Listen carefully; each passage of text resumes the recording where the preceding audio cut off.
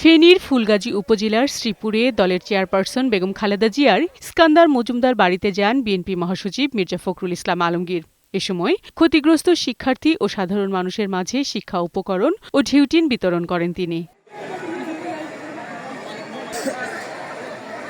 গত ১৫ বছরের জঞ্জাল সাফ করা সহজ কাজ নয় উল্লেখ করে জনগণের সরকার প্রতিষ্ঠা করতে অন্তর্বর্তী সরকারের প্রতি আহ্বান জানান মির্জা ফখরুল। আওয়ামী লীগকে নির্বাচনে আনার বিষয়ে বিএনপির অবস্থান নিয়ে ভুল ব্যাখ্যা দেয়া হচ্ছে বলে অভিযোগ করেন বিএনপি মহাসচিব।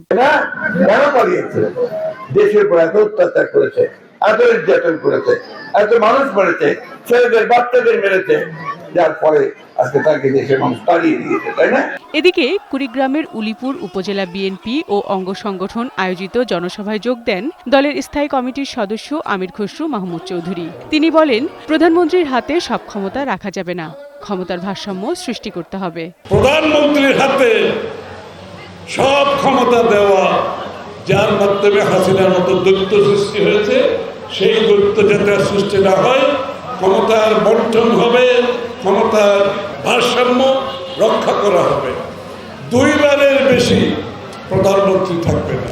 আগামী দিনে বিএনপিকে জনগণ রায় দিলে তারেক রহমান জাতীয় সরকার গঠনের ঘোষণা দিয়েছে। সেই সরকার ৩১ দফা বাস্তবায়ন করবে বলেও জানান দলের সিনিয়র নেতারা।